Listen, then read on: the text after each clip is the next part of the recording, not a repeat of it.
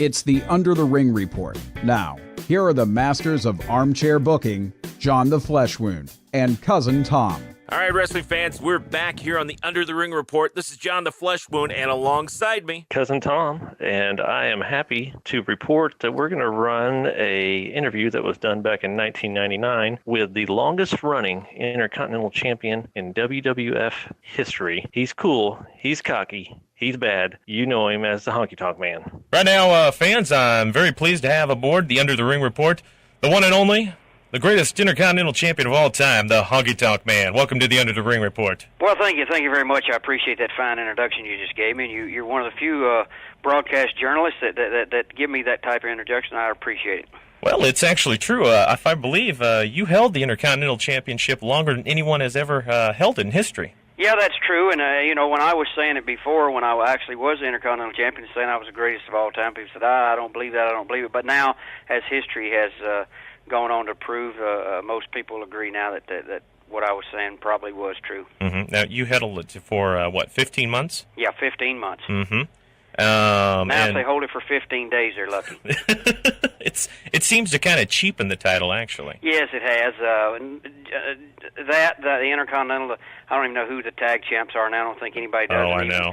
Even the WWF Heavyweight Championship belt is something that was very prestigious at one time, with the list of champions that held these belts for years and years, and now it's like they hold them for a day, 2 days, and it's turned into total nonsense. Oh, well, what do you think right now of the state of wrestling? You know, everything is sex, violence, and foul language. Well, it's going to go well, you know how to get away with that.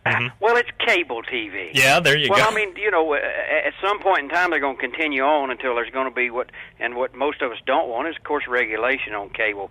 But it's because of the nonsense that they do, where they push it, and you can't blame them. They're successful at pushing it as far as they want to. It's a free enterprise system, and as long as the public's buying it, as long as the TV people are not saying anything about it, then they're going to continue to do it. The thing of it is that I know you've been out of the actual TV limelight for probably about a year and a half now. I think the last time we saw you was at WrestleMania '98. Right. What have you been up to? Well, I go out and do my weekend stuff. I get my 10 or 12 shows, 15 shows a month, and that's what I do. I go out on Thursday or Friday and come home on Sunday or Monday and do my golfing 2 or 3 days a week, and then go back out and wrestle again on the weekends. Well, it sounds like you got yourself a pretty good life going on. Well, it works out very well. It's not glamorous and glorious, but you get to go out and you're in places that you've never been before, and you do fundraisers for police and fire and school and charitable organizations, and then you get to meet and greet with the fans, things I never get to do when I was in WWF. Yeah, because they kind of held you guys back from the fans, actually. Yeah, right? we weren't able to do anything. In fact, you see all this merchandise now. They talk about the merchandise that's out there and how everyone's wearing the T-shirts and the caps and the hats. But if you remember in the 80s and early 90s, the only way to get a Hulk Hogan T-shirt or a Macho Man Savage bandana or something was to either order it through their mail order catalog or go to one of the live events. Oh, that's true. You just couldn't walk into a 7-Eleven or a Circle K and buy merchandise. I think that just right there speaks in volumes of how big professional wrestling has become. Well, even at that point in time, he probably could have licensed and got some licensees' money, but he didn't. I don't know if it was a case of him wanting to be very protective of his product or not realizing the money that could be generated just from the licensing of the products. And, it's well over $100 million or $200 million for them now in just licensing. Now, you were right there in the height of Hulkamania. You lived it. You were right there. You saw how the crowds were. How would you compare the fans of today to Hulkamania fans? There's a difference. The fans today there tend to be a younger male audience, as far as something like 18 to probably 25, 26 years old. That's really into all this hand gestures and the language and of course the sexual overtones as compared to Hulk Hogan. He was like a god to all these people, whether it be little children, young adults, or older people. Things you don't see in the crowds now. You don't see a lot of small children in the WWF crowds, and you don't see a lot of older people, 35, 40 years old. Families came to our wrestling events. Yeah. Do you think maybe that's why there was such a downfall, though, in wrestling? Is because maybe Vince kind of aimed way too much towards families at one time? No, it was just a normal cycle that happens, and I think you'll see the cycle again. It's already happened with the WCW with the World Championship Wrestling. They peaked out last year, and now they're totally on rock bottom. And even with WWF, their TV ratings are still strong, but I've noticed now that some of their gate receipts are not as high as they were a year ago. Yeah, and maybe people are just getting tired of the same old thing all the time too. And it's more on television now. There's more media covering it. We're getting 10, 12 hours of wrestling a week now. Easily. Just saturated by just the two companies. So I can't see it going as Hulkamania lasted for about 10 years. I can't see this Stone Cold Steve Austin thing going 10 years. Well, I don't even know if his body build will take it that long. Right, either. right. He's very injury prone anyway. Now, I just want to kind of go back though for our fans too that remember you from back in the WWF. You came into the World Wrestling Federation what year? I came in '85. Okay. Just after WrestleMania 2. Now, did you come in with the gimmick, or how did you come up with the Honky Tonk Man persona? I came in with it. It was something that was created in about 1980, I guess. I think it was. Yeah, I think it was 1980. In fact, I actually had to prove that to the WWF when they were suing me, saying I couldn't use the name anymore and that they owned the name and all sorts of nonsense. Now, what's the deal with that? It seems like anyone from that around the mid '80s or something that decided to leave, they sued them for the gimmick. The Ultimate Warrior and other people like that. Right. It's called original intellectual property for anybody that might be a legal buff out there. But if you created it and you bring it to them, what they were trying to do is say the terms of their contract, they owned it. Oh, really? And what happened was they can only own the things that they create. That's there's 3 rules now that's in the WWF contracts, and I was talking about it yesterday with a young man that was driving me around in Philadelphia, Philadelphia, New Jersey.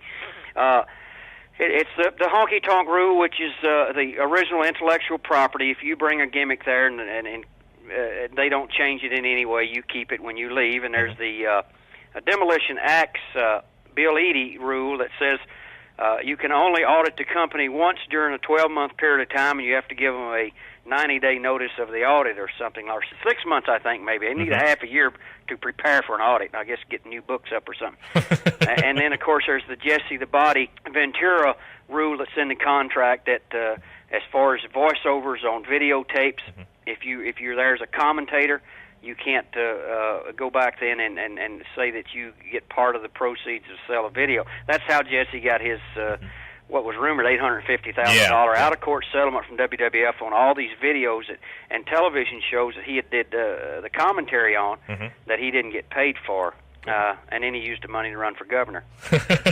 It must have worked, too. Yeah, he didn't need PAC money. He had his own money. He got it from WWF. There you go. It seems to me, too, as you're talking about these different court cases and stuff, when you came in, it seems as though the World Wrestling Federation and some of these other federations kind of just ruled their wrestlers with an iron fist, in that this is what we want, you're going to do this, because you had no real protection, no guaranteed contracts, correct?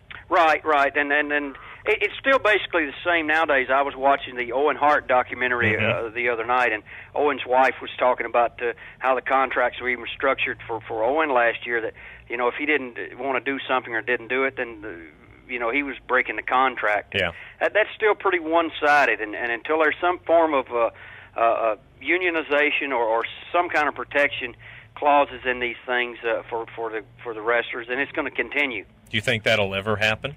No, I don't think so, because they can ultimately what they can do is get to the one Stone Cold Steve Austin or the Goldberg or back in our case it was Hogan, and it's going to it would take someone of that in that position in a company to say, hey, this is not right, and we're all going to stick together and stand up. But but see, they can always go and say, look, you don't join up with those guys now. I'm going to take care of you. Yeah. You're our horse. We're riding you. So whatever them guys are grumbling about, they're just jealous. That's too bad. They're using everybody against each other. Well, yeah, that's normal though. Yeah. Well, now in your day too, and as we're talking about this, was there ever a time that you were told to do something you really didn't want to, but you were scared to lose your job or something? Oh, well, yes. There's been many a time. We had a little bit of a different relationship. our contracts weren't. It was just that we go along with the rules of the Professional Wrestling Organization as it's known. Well, rules in Professional Wrestling Organization as it's known can change from minute to minute. Yeah. But there was cases where, when your time is up, it's up, and if your time is not up, and you're even now, if Austin doesn't want to do anything, they're going to make it where he doesn't have to do it. Yeah. But as time goes on, and maybe Austin's not the drawing power he once was, and he says he doesn't want to do something, then they're going to waive him. They're going to say, "Pack your bag." Gosh. I mean, that's just how it is. That's unreal that they can just kind of rule people like that. Well, some of the contracts the wrestlers have, and it's it gets way out of whack on that end of it. Some of them have creative control. Now in WCW, they put creative control in these contracts. Well, okay, I guess Kevin Nash is rumored that he has to have the World's Championship belt once every 12 months, and in Sting's contract, he has to have it twice. So you're sitting there with the inmates now running the asylum, saying, "Oh, well, I get the belt once a year. Well, I get it twice a year." Well, how can you have any new storylines or bring someone up from the lower ranks if these guys are guaranteed a belt? Right, so that's what I'm saying. So sometimes they take this creative control that goes way, way out of whack. Goodness gracious. That's the side of the contract that's bad. Now, one thing I want to ask you too is, I remember when they brought the Ultimate Warrior in and they decided that he was going to be the Intercontinental Champion. If I recall, that was one of the quickest matches when you lost to him. Right. That's something they said, well, hey, we're going to just pin you in 13 or 14 seconds, or did you say, here's how I want to go out? Well, it was my idea to do something fast, relatively fast, and then, with what they said of him coming in doing it that way, I thought, well, gosh, it's great, faster the better. Because he was not in any way trained well enough to go out there and do a 10 or 15 or 20-minute match, that the kind of matches I was having with Superfly Snuka or Ricky Steamboat or Macho Man or Jake the Snake Roberts. So he wasn't on that level of ability in any way. So the faster the better it was for me. Well, that was pretty obvious when he made his comeback here last year too. Yeah, he just his ability level it increased some, and he was better later on. I credit that to Rick Rude, Ravishing Rick Rude, definitely. Who passed away this past year. Rick Rude was the one who actually, what we say, taught him how to work, or taught him how to get around the ring and do certain things. Yeah, I had a chance to see a few of those matches that they wrestled there for a while, and you could really tell that it was Rick Rude who was leading. And so he should attribute whatever real training he had to Rick Rude.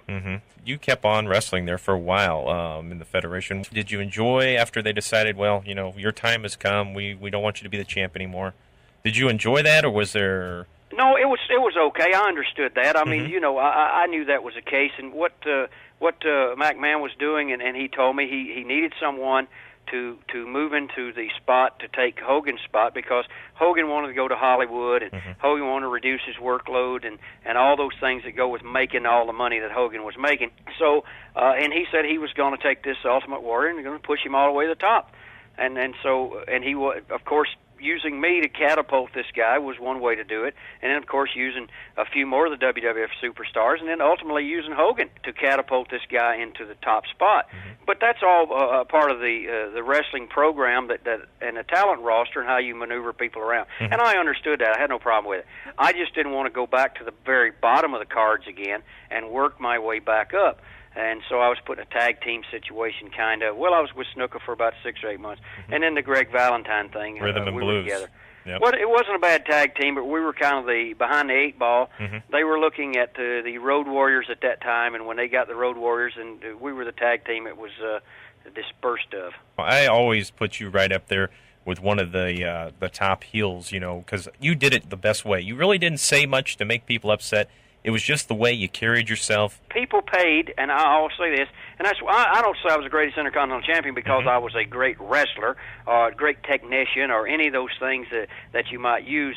What I was able to do was sell tickets. Yeah. People came to see me get beat. They wanted to see me lose that precious WWF Intercontinental title, and they didn't care who it was that I wrestled. They wanted to see me get beat. And that's what's important if you're doing the bad guy image or even the good guy. Either someone is coming to see you win or is coming to see you lose.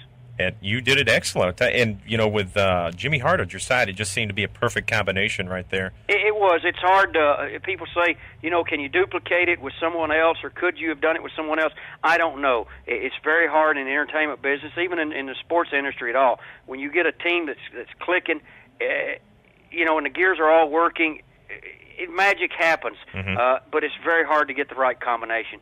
Now, also, the one thing I think a lot of people remember, too, is you're very well known for singing your own entrance theme. Yeah. A lot of people don't think that I did it. In fact, I was at the Indiana Pacers game 2 years ago doing PR work for the WWF, and I was going to sing part of the song as a little thing during halftime. And the people at the Indiana Pacers game, they said, "Do you need a live microphone?" I said, "Well, yeah, I sang the song." They said, "Well, that's quite unusual." I said, "Why?" They said, "Well, most people come here, lip sync everything." Oh, gosh. And then I was reading the other day where I guess Cher lip sync some of her concert stuff. But I tell people, I'm no Milli Vanilli. Did you ever think of going on doing some more musical? No, Really? never. I mean, never. I was always just into wrestling, and that was it. Jimmy Hart wrote the music, wrote the song, and then he wrote the one for me in WCW, and. I enjoy going out now. We go out on these shows, and I sing it. The crowd loves to hear me sing it. They sing with me, and we just have a good time for 2 or 3 minutes, and then we have some little short match with some guy. Well, that's good. Now you said there when you were in WCW. What made you leave the WWF and jump over there? It was not getting a contract. Really? Everyone there was under contract, and I was promised a contract, and I went there end of August thinking I'd get the contract, and they said, we got a whole bunch of guys on contract now, and come November we're going to free up some money. We'll get you a good deal. Well, November came and went, but by the time Christmas came and went, it was time for me to leave. Now, you actually went to World Championship Wrestling about the same time, the same time Hulk Hogan made his debut over there. Yeah, I went there at his request. How was that? It was different. It was it's all the same guys now that's in WWF. Yeah, that's true. It was different simply because they were all contract players making just huge sums of money to do nothing. They would do their TV tapings in Atlanta, this little place called Center Stage.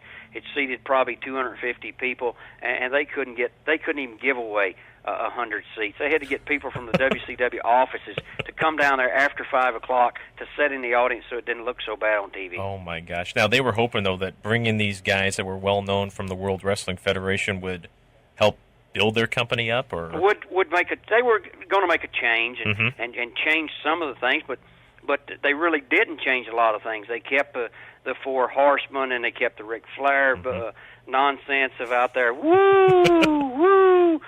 After so many years, it's time to make more than just subtle changes. Definitely. Now, when did you actually leave WCW? I left on just after Christmas. They had their Clash of the Champions, I guess they used to call it, on the 27th of December of that same year. And then you it was a case of they asked me to go out. I was doing a program with this Johnny B. Bad, Mark Merrow at the time. Oh, yeah. He's making $350,000 and could hardly lace his own boots, and they told me what a great job I was doing with him, how I was really helping him. I said, gosh, this guy's been here for 5 years. I'm not here to help him. I'm here to help myself. And then when it came down to that, it was a case of me having to protect myself on television. Because I never knew. I mean, you go out and lay down for somebody on national TV, and you're pretty much finished in our business when they start beating you on television. Oh, definitely. Then they start getting the label as the jobber. Right. So I just said, no, I can't go out and do this tonight without some kind of a contract that you guys promised. And I guess Bischoff took it the wrong way. And sometimes you can the doors to negotiations can always be open. He slammed the door shut as soon as I said that. He said, well, we can't use a guy that don't want to go with our program. Oh, gosh. Well, at least... So I said, well, it's not that I don't want to go with your program, but I like to be, as big of a part of your program as everybody else. Well, at least you didn't fire you FedEx or some of those things that we've heard. But, so at that point, he said, well, we can't use you. I said, okay, been a pleasure doing business with you, and I walked away. Then you went back to the World Wrestling Federation. Yeah, I was just here doing my few little independent shows, which the wrestling business was way down. WWF business was absolutely in the dumps at that point in time. WCW was making a somewhat of had rebounded and was doing their house shows were up, and their Monday Nitro was now starting to go strong. And why they call me back to the WWF, I will never know. I asked McMahon one time, when are we ever going to do business again? He said, soon. And I said, why'd you bring me back? He never answered me. It's like, I don't know. Why did he bring me back? I don't know. Now, you really didn't do much, though, too. I mean, you were kind of doing promotional bits, and right. That was it, really. You didn't do much wrestling. I kind of just hung around, and hung around in that locker room as a non-contract player with these same WCW guys, Vader and Mero and Tuco Scorpio and Cactus Jack and Dustin Rhodes and Barry Windham, the whole crew, that Brian Pillman, this whole crew of guys that were down in WCW, Jim Ross's cronies, I call them. And I was sitting there, and they all knew I was not on contract. They knew I wasn't on a contract in WCW, so it was like, what am I doing here with these guys? Now, I believe for a while, too, they even had you set up as a manager for people like Billy Gunn. Right. Just what was the deal with that? A terrible angle. I don't know. It went on for about 4 months before they ever did anything. Billy Gunn at that point in time was at the bottom of the card. He and Road Dogg Jesse James were trading jobs on a nightly basis, and it was bad. That all was bad, but the good part was that I was back on TV. I was back in the spotlight again. I was getting some good TV time, quality TV time, and the phone started ringing off the wall for independent bookings, and it has been since the first day I went back to WWF. Well, that's good. Did you do independents while you're working for them still? Yeah, because the only time I ever went to work for them was on the Monday night. I would my plane ticket. I would leave here on a Monday and be there Monday night and fly home on Tuesday. Do you miss it at all? No, I don't miss going there and sitting from 11 o'clock in the morning till 11 o'clock at night and not being used at all on TV. Well, even in the height of wrestling right there, do you miss that? It was 300 days a year. The money was good. I missed that part of the money. I don't miss 300 days a year. Of course, they don't do 300 days a year now. We work twice on Saturday and twice on Sunday. A lot of people don't know that. We'd have a show at 2 o'clock in the afternoon, be finished by 4:30. We'd be either on a plane or on a bus and headed off 200 miles away to another show. Oh, my gosh. We did this for 40, 50, 60 nights straight in a row before we get 2 days off. Well, how could you physically stand up to that? I mean, that must have been just so grueling on you. Well, it was. You never had time for your injuries to heal. And, that was the case with the steroid thing with McMahon and the federal courts.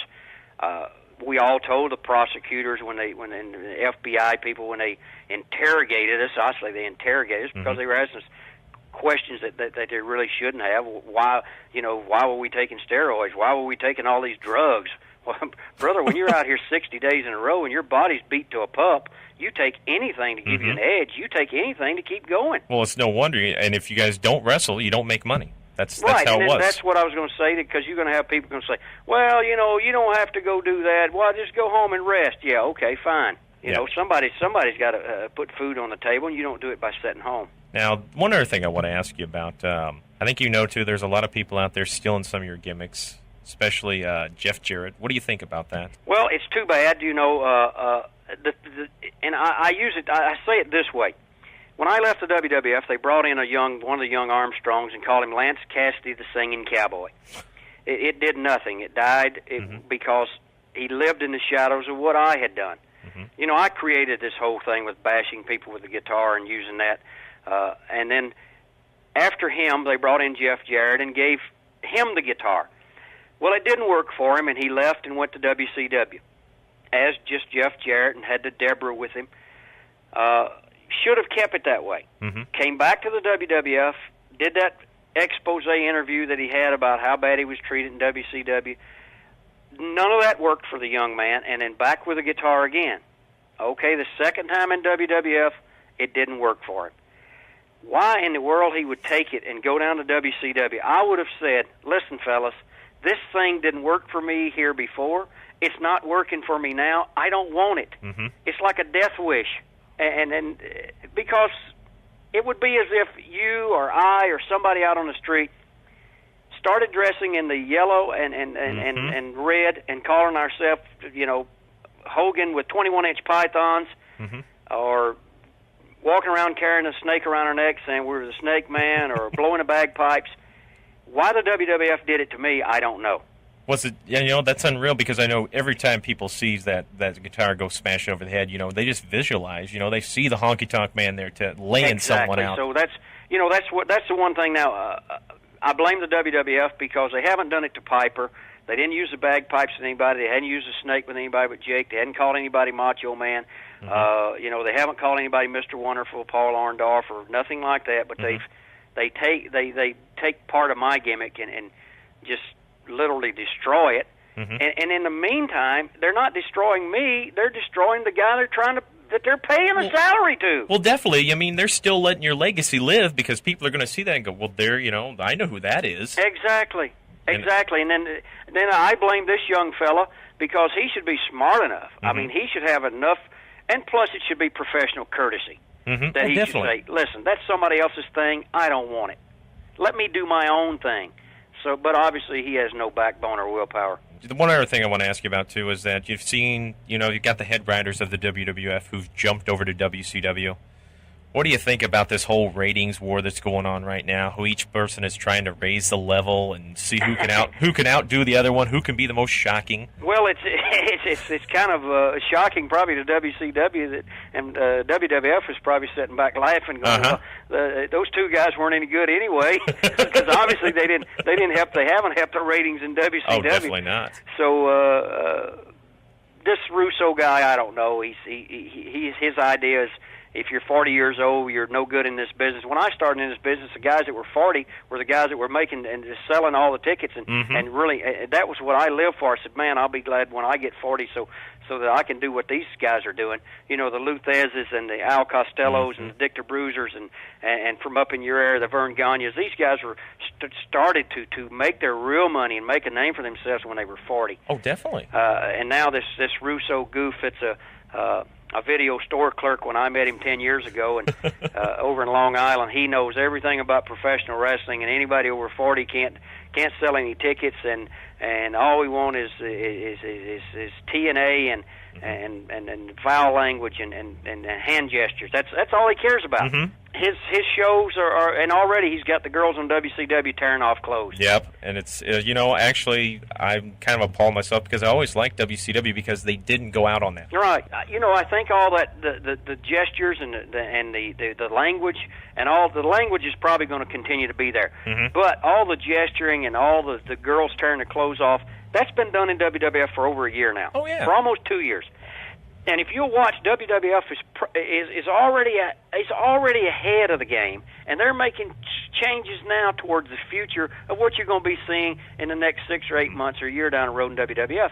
So WCW is just now doing what WWF did a year ago, 2 years ago, and McMahon's probably just laughing about it. Once again, WCW is just a copycat.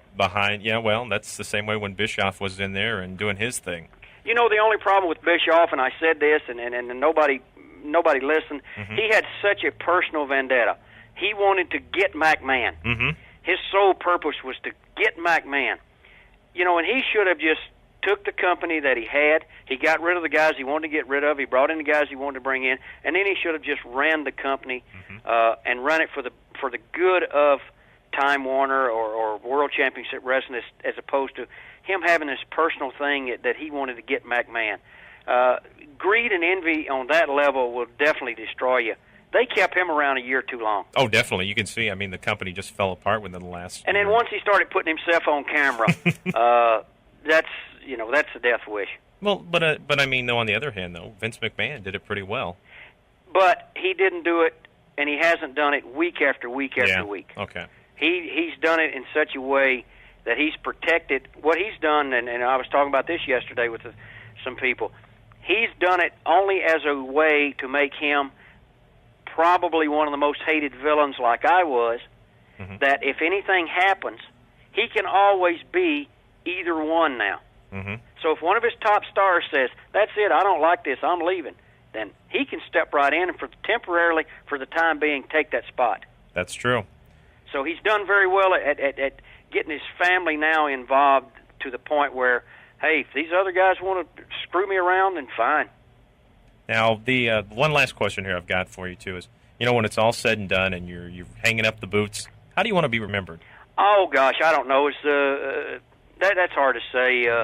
probably somebody who had an impact on the wrestling business that wasn't overly talented with all these technical maneuvers, but was able to go out and sell tickets. Mm-hmm. The guy was people.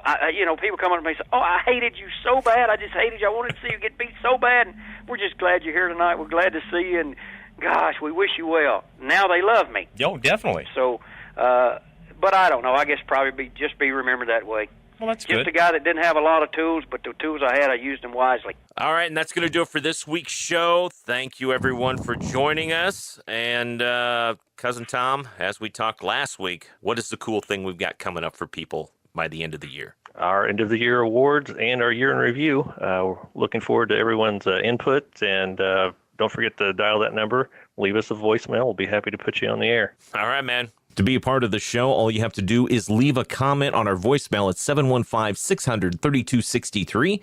And right now, you can go to our Twitter account, UTRR Podcast, and fill out the Under the Ring Report 2017 Year-End Awards form, where we'll be having our year-end show here in about 3 weeks or so. So have your voice heard and be a part of the Under the Ring Report. Hello, wrestling fans. This is the Honky Tonk Man, the greatest WWF Intercontinental Champion of all time, and you're listening to Under the Ring Report. Follow the Under the Ring Report on Twitter at UTRR Podcast. You can subscribe to the Under the Ring Report on iTunes, Google Play, and Stitcher, or visit undertheringreport.com. Thanks for listening to the Under the Ring Report.